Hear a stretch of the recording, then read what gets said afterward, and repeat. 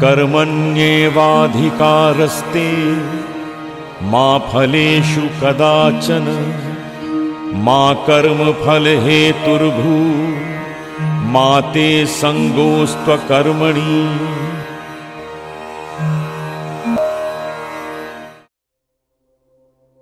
कर्म योग, कर्तव्य और निःस्वार्थ कर्म का मार्ग।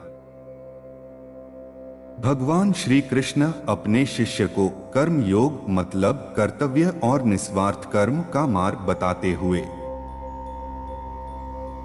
हे कृष्ण, मेरा मन संदेहों से भर गया है।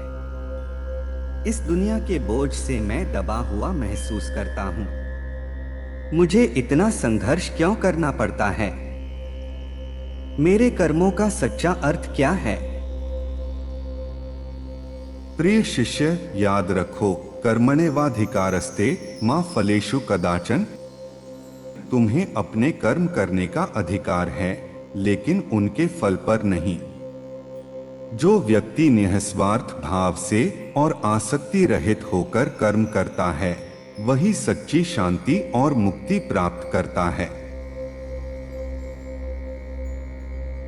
लेकिन प्रभु, यदि मैं सफलता और असफलता के बारे में नहीं सोचूंगा, तो मुझे प्रेरणा कहां से मिलेगी? सफलता और असफलता केवल मन के विचार हैं, एक माया है। जीवन का सच्चा सार कर्म निःस्वार्थ कार्य में है। जैसे सूर्य बिना किसी अपेक्षा के प्रकाश देता है, वैसे ही निःस्वार्थ कर्म करने वाला व्यक्ति स्वयं को और दुनिया को ऊंचा उठाता है। जब कोई व्यक्ति समर्पण और निष्काम भाव से अपना कर्तव्य निभाता है, तो वही पूर्णता को प्राप्त करता है। हे प्रभु, जब मैं अपने चारों ओर लोगों को लालच, स्वार्थ और महत्वाकांक्षा में डूबा हुआ देखता हूँ, तब मैं अपने कर्तव्य पर कैसे अडिग रह सकता हूँ? यह संसार कर्म के नियम पर चलता है। हर प्राणी की एक भूमिका होती है।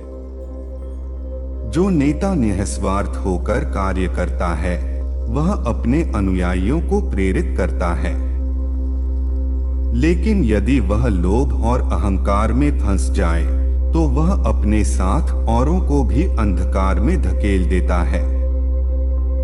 जब तुम ईमानदारी और समर्पण से कार्य करते हो, तो न केवल स्वयं को बल्कि पूरे समाज को ऊपर उठाते हो। लेकिन हे प्रभु, कई बार मेरा मन संदेहों से भर जाता है। कभी कभी मुझे थकान महसूस होती है, मानो मेरे कर्मों का कोई अर्थ ही नहीं है। मैं इसे कैसे दूर करूं? संदेह अज्ञानता और आसक्ति से उत्पन्न होते हैं। जब तुम किसी फल की अपेक्षा करते हो, तो तुम्हारा मन उसी से बंध जाता है। लेकिन एक सच्चा योगी अपने कर्तव्य को शांत और स्थिर मन से करता है, बिना किसी मोह और भय के। एक नदी को देखो, वह समुद्र तक पहुंचने के बारे में चिंता नहीं करती, वह बस बहती रहती है, अपने उद्देश्य को पूरा करती हुई। लेकिन हे प्रभु, अगर मेरा कर्तव्य मुझे कष्ट पहुंचाए, अगर मुझे अपनी इच्छाओं के विरुद्ध कार्य करना पड़े। सुख और दुख एक ही सिक्के के दो पहलू हैं। वे अस्थायी हैं। ज्ञानी व्यक्ति इनसे प्रभावित नहीं होता। जब तुम पूर्ण समर्पण और निःस्वार्थ भाव से अपना कर्तव्य निभाते हो, तो सबसे कठिन मार्ग भी सहज हो जाता है। निःस्वार्थ कर्म की अग्नि सारे दुखों को जला देती है। हे प्रभु, इस दुनिया में जहाँ हर कोई किसी न किसी चीज से जुड़ा हुआ है, वहाँ विरक्ति कैसे पाई जा सकती है? परमात्मा को समर्पण करके जब तुम अपने सारे कर्म एक उच्च उद्देश्य के लिए अर्पित कर देते हो, तो तुम निजी इच्छाओं से ऊपर उठ जाते हो। जैसे एक माँ अपने बच्चे को प्रेम से भोजन कराती है, न कि किसी इनाम की आशा से।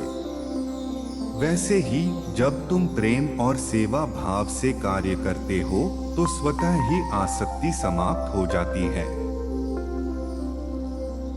लेकिन हे प्रभु, जो लोग पूरी तरह से भौतिक चीजों में खोए हुए हैं, वे निस्वार्थ कर्म के मार्ग पर कैसे आ सकते हैं?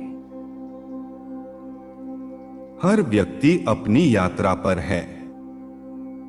कुछ ज्ञान से सीखते हैं, कुछ अनुभव से और कुछ कष्ट सहकर। लेकिन प्रेम और सेवा से किया गया सबसे छोटा कार्य भी व्यक्ति को मोक्ष के मार्ग की ओर ले जाता है।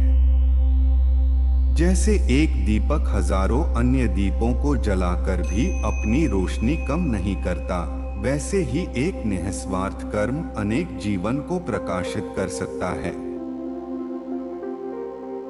हे प्रभु, अब मैं आपके वचनों की गहराई को समझ गया।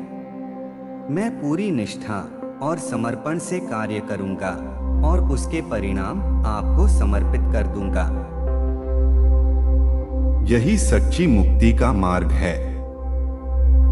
जो मन किसी चीज की इच्छा नहीं करता, उसे किसी बात का भय भी नहीं होता। पूर्ण भक्ति और निर्लिप्तता से कर्म करो और तुम अनंत शांति को प्राप्त करोगे। इस पूरी आलेख का निष्कर्ष यह है कि भगवान श्री कृष्ण के कर्म योग सिद्धांत के अनुसार बिना फल की चिंता किए कर्तव्य निभाना ही सच्चा योग है। यह समर्पण, आत्मनियंत्रण और मोक्ष का मार्ग दर्शाता है। अगर मेरा वीडियो आपको प्रेरित करता है तो कृपया लाइक और कमेंट करें। मेरे चैनल को सब्सक्राइब जरूर करें। अपने प्रियजनों के साथ अधिक से अधिक शेयर करें। आपका समर्थन मुझे और अधिक प्रेरणादायक वीडियो बनाने में प्रेरित करता है।